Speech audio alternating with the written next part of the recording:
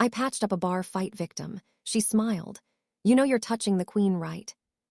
The fluorescent hum of the surgical lamp was the only steady thing in the cramped, repurposed cargo container Theo called a clinic. Outside, the Boneyard station groaned under the stress of gravity tides, a metallic beast dying a slow, rusting death. But inside, Theo's world was reduced to a 4-inch square of blue skin. "Hold the retractor," Theo ordered, his voice low and devoid of the panic that usually accompanied a gut wound of this magnitude. The large, armored alien hovering behind him, a K'Velt warrior named Consort, whose carapace scraped the low ceiling, hesitated. His 3-fingered hands were built for crushing skulls, not delicate surgical assistance. "Do it," Theo snapped, not looking up. He felt the heavy tread of the alien move closer, the air shifting with the scent of dry earth and musk. A thick, chitinous finger hooked the retractor and pulled. "Too hard, you'll tear the fascia, gentle." Consort grunted, a sound like grinding stones, but he adjusted. Theo focused back on the patient. She was stunning, even in shock. Her skin was a vibrant, celestial blue, iridescent under the harsh lights, contrasting sharply with the white, blood-soaked linens. The image of her was burned into his retinas, the intricate bone-like ridges that swept back from her forehead like a natural, biological crown, the way her large, dark eyes fluttered, fighting unconsciousness. She claimed it was a bar fight. A broken bottle, she'd said through gritted teeth. Theo knew better. A broken bottle didn't leave a cauterized, spiraling entry wound that missed the aortic cluster by a millimeter. This was a high-velocity energy discharge, military grade, but he didn't ask questions. Not yet. He moved with a speed that baffled the species he treated. To the galaxy, humans were squishy, short-lived, and fragile. But they forgot that humans evolved on a death world, predators who learned to heal as aggressively as they hunted. Theo's hands were a blur of motion, flushing the wound with saline, clamping bleeders with a dexterity that Consort watched with unblinking, alien fascination. "The pain," the woman gasped, her voice a melodic chime that seemed out of place in the grime of the boneyard. Her head lolled, the dreadlock-like tendrils of her hair spilling over the metal table. "I know," Theo said, his gray-blue eyes locking onto the wound. "I can't give you standard sedatives. Your biology reacts poorly to synthesized blockers. I have to use a local nerve block. It's going to feel cold than nothing." He didn't wait for permission. He slid a long needle into the blue flesh, finding the nerve cluster with an anatomical knowledge that should have been impossible for a Terran to possess about a K'Velt. "Human medicine is. Barbarism," she hissed, her body arching slightly. "It's keeping you alive," Theo countered calmly. He began to suture, his movements rhythmic. Loop, pull, knot. Loop, pull, knot. He wasn't using the instant-seal biogel favored by the galactic community. That stuff was lazy and left scar tissue that inhibited movement. He was using monofilament thread, weaving the damaged tissue back together layer by layer. Zephyr watched him through a haze of pain that was rapidly receding into a dull numbness. She had expected a droid, or perhaps a Sion healer. Instead, she had been brought to a human. He looked rough, his dirty blonde hair messy, a 5 o'clock shadow darkening his jaw, his clothes a mix of tactical gear and stained medical scrubs. But his hands, they were steady as bedrock. She watched the way he anticipated the blood flow, sealing vessels before they could weep, his concentration absolute. He touched her not with reverence, but with a competence that was almost arrogant. "Done," Theo said, snipping the thread. He grabbed a sterile dressing, applying it with firm, gentle pressure. He looked up then, meeting her gaze. "You're lucky. Another inch to the left and you'd be decorating the floor." "Luck is for the unprepared," she whispered, her large eyes scrutinizing him. "You have skillful hands for a primate." Theo wiped his hands on a rag, the adrenaline fatting into a dull thrum. "And you have a terrible lie for a bar fight victim. Energy burns don't come from glass bottles." He turned to the sink, scrubbing the blue blood from his skin. The dynamic in the room shifted instantly. The emergency was over. The reality of who and what was in his clinic began to settle. Zephyr woke to the smell of antiseptic and stale recycled air. For a moment, panic flared, the memory of the ambush, the searing heat of the shot. But then she realized there was no pain, just a stiff, tight sensation in her abdomen. She shifted, her blue hand going to her side. The dressing was pristine. She sat up, the motion smooth despite the injury. Her physiology was superior to a human's, denser, faster healing, but even she shouldn't be moving this easily. "I wouldn't do that," a voice said from the shadows. Theo was sitting in a worn chair, reading a datapad. He stood up, walking into the light. He looked tired, but that intense focus was still there. "I am fine," Zephyr said, swinging her legs off the table. The intricate bone structure of her head caught the light, giving her an imperious silhouette. "Your primitive stitching holds." "It holds because I made it hold," Theo said, crossing his arms. He didn't bow, he didn't flinch. He looked at her as if she were just another patient, a problem to be solved. It was infuriating, it was intriguing. "You need hydration and rest." "I do not take orders from a mechanic of flesh," she said coldly, standing up. She wobbled just for a fraction of a second. Theo was there instantly. He didn't grab her. He simply stepped into her space, his hands hovering near her waist, ready to catch but not touching. The heat radiating from him was startling. "Sit down," he said, his voice dropping an octave. It wasn't a request. Zephyr glared at him, her blue skin flushing a deeper indigo. "Do you know who I am?" "I know you're a patient with a perforated abdominal wall who is currently dehydrating," Theo shot back. "I don't care if you're the Empress of the Thousand Suns. In this room, you're flesh and blood, and I'm the one keeping it inside you." She paused. No one spoke to her like that. K'Zark would have ripped the tongue from anyone who dared, but K'Zark was outside, standing guard. She was alone with this human. She looked at his hands again. They were rough, scarred, yet he had touched her internal organs with the delicacy of a lover. Slowly, she sat back down. "Water," she commanded. Theo smirked, a small, irritatingly attractive quirk of his lips. He poured a glass of water and handed it to her. "See, that wasn't so hard." As she drank, she watched him organize his tools. He cleaned each instrument with ritualistic care. "Why do you use metal?" she asked. The water soothing her parched throat. "Why not lasers, nanites?" "Lasers cauterize," Theo explained, holding up a scalpel. "They kill the tissue to seal it. Metal separates, it allows for cleaner regrowth. And nanites are crutches. They don't know when to stop. My hands do." He turned to check her bandages. "Lean back." She complied, watching him through her lashes. He peeled back the dressing. His fingers brushed her skin, the callous tips against her smooth, cool flesh sending a strange shiver down her spine.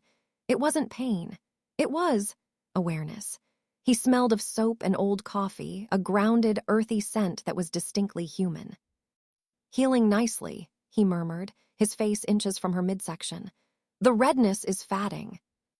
"You possess a strange magic, human," she said softly. Theo looked up, his eyes meeting hers.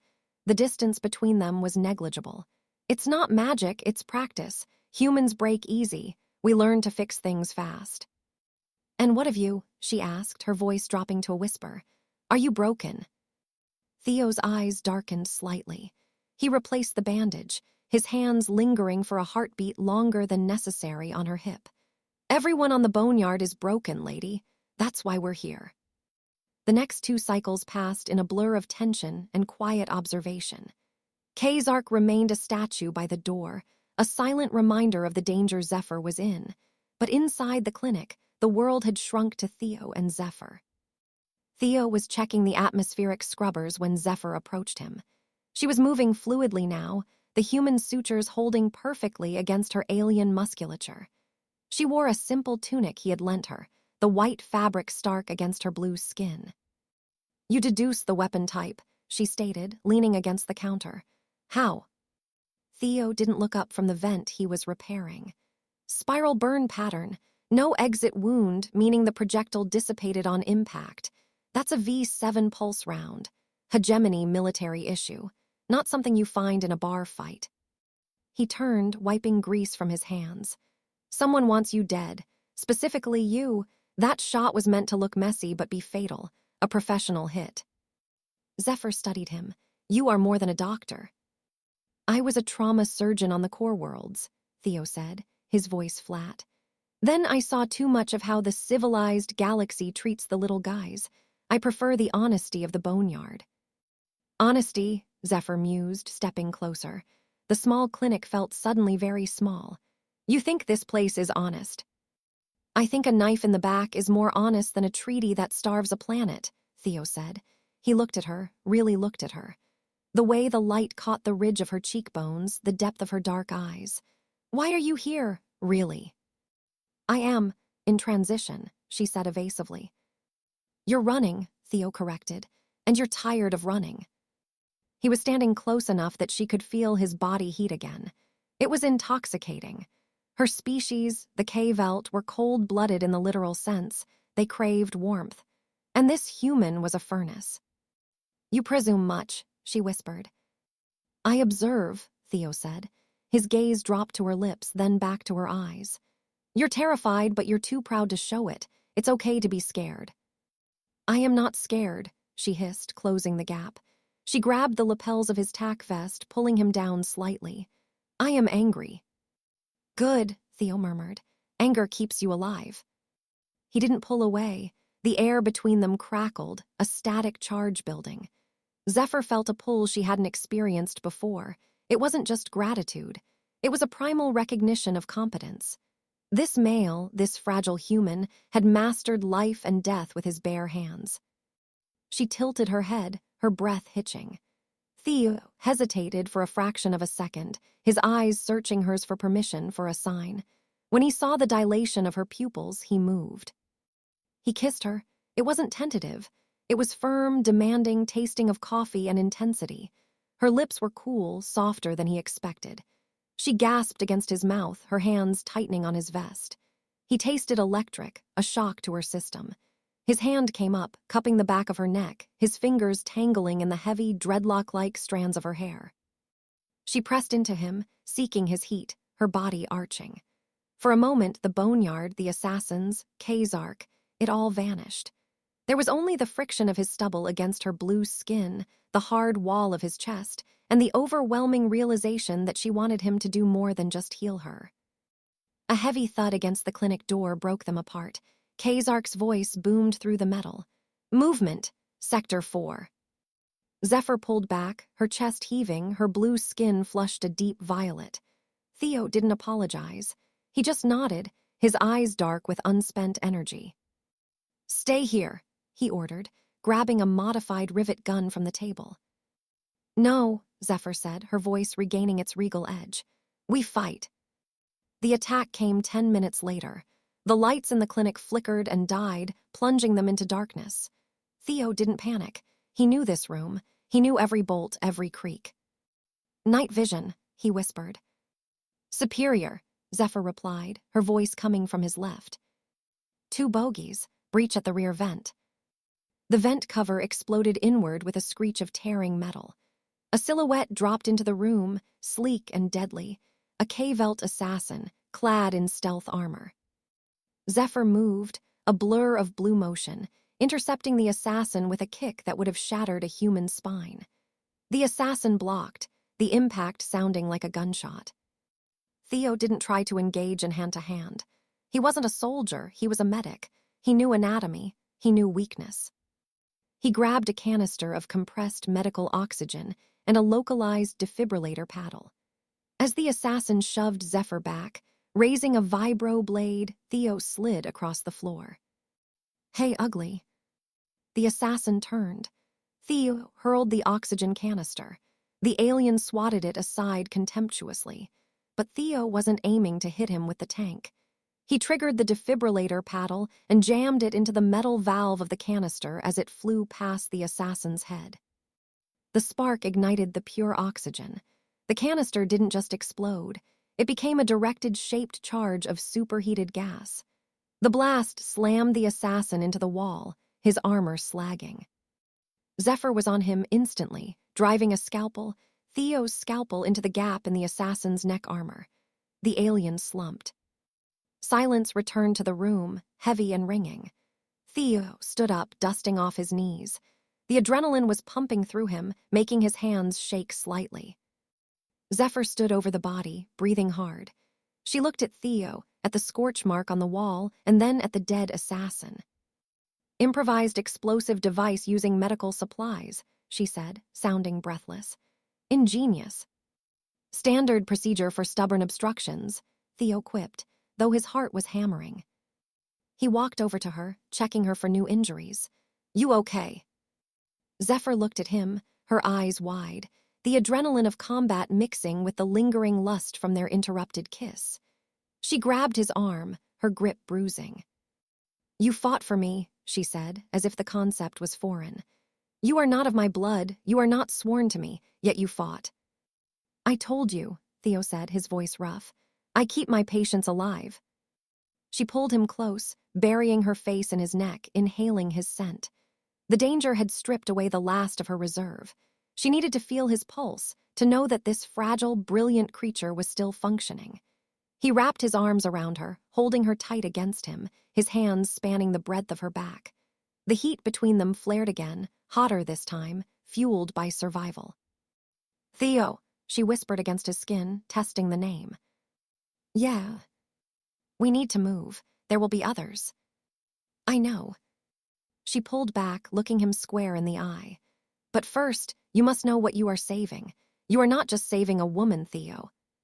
She took a deep breath, her posture straightening, that regal aura expanding to fill the wrecked room. My name is Zephyr. I am the matriarch of the K'Velt Hegemony, the queen of the 1,000 suns. She gestured to the dead assassin. And that was sent by my cousin, Vexana. This was a coup. Theo stared at her. The blue skin, the crown-like ridges, the imperious attitude, it all clicked. He hadn't just patched up a bar fight victim. He had put his hands inside royalty. A queen, Theo repeated, rubbing his face. Of course, because my life wasn't complicated enough.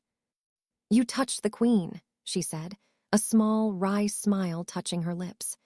By K'Velt law, that makes you either a traitor to be executed or... She stepped closer, her hand resting over his heart. Or her consort. The revelation hung in the air, heavy as the dead assassin. Theo looked at her, really looked at her. Consort, he choked out. Lady, I just fix people. You fixed me, Zephyr said, her voice fierce. When my own kin tried to kill me, when my own guards failed, a human with a needle and a tank of gas saved the hegemony. She leaned in, her forehead resting against his. I am hunted, Theo. I have no army here, I have no fleet. I have only Kazark, who is loyal but slow, and I have you. I'm a medic, Zephyr, not a general. I do not need a general, I have generals. They are the ones betraying me, she said bitterly. I need someone who sees a problem and fixes it, regardless of protocol. I need someone who can improvise. I need you. She kissed him again, desperation bleeding into the passion. Do not leave me. Theo sighed, his hands coming up to cup her face. I'm not going anywhere, but if we're going to survive this, we do it my way. No royal decrees, no standing on ceremony. We get dirty, we get mean, and we get out. Agreed, she breathed. Good, now strip. Zephyr blinked, pulling back. Excuse me. Your clothes, Theo said, moving to a locker. That white tunic is a target. It reflects light. If we're hitting the vents, you need tactical gear. And you're blue, we need to cover that up. He tossed her a dark gray thermal undersuit and a heavy canvas jacket. Put these on. As she changed, shedding the bloody tunic, Theo tried to keep his eyes on the map he was pulling up on the datapad. Tried and failed. Her body was a masterpiece of biology, lean muscle, smooth skin, the way her spine curved elegantly. She caught him looking and didn't cover herself. Instead, she moved with a deliberate slowness, pulling the thermal suit up her legs. Do you like what you see, consort? She teased, a hint of her old arrogance returning. Focus, your highness, Theo grunted, though his face was heating up. We're leaving via the maintenance shafts. Kazark can't fit, so he's going to create a diversion at the main airlock. It's just you and me. Kazark rumbled from the doorway, acknowledging the plan. He looked at Theo with a new respect. Keep her safe, human, or I will peel you. Understood, Theo said. He strapped a medkit to his thigh and checked the charge on the rivet gun. Let's go.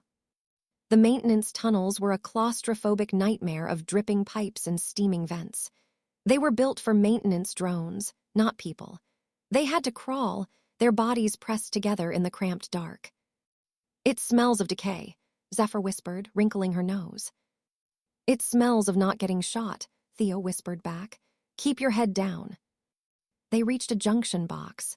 Theo pulled a multi-tool from his belt, bypassing the locking mechanism with practiced ease. Old Earth tech, he muttered. Station was built by humans before the hegemony took it over. They never bothered to upgrade the sewers. We discard what is obsolete, Zephyr said.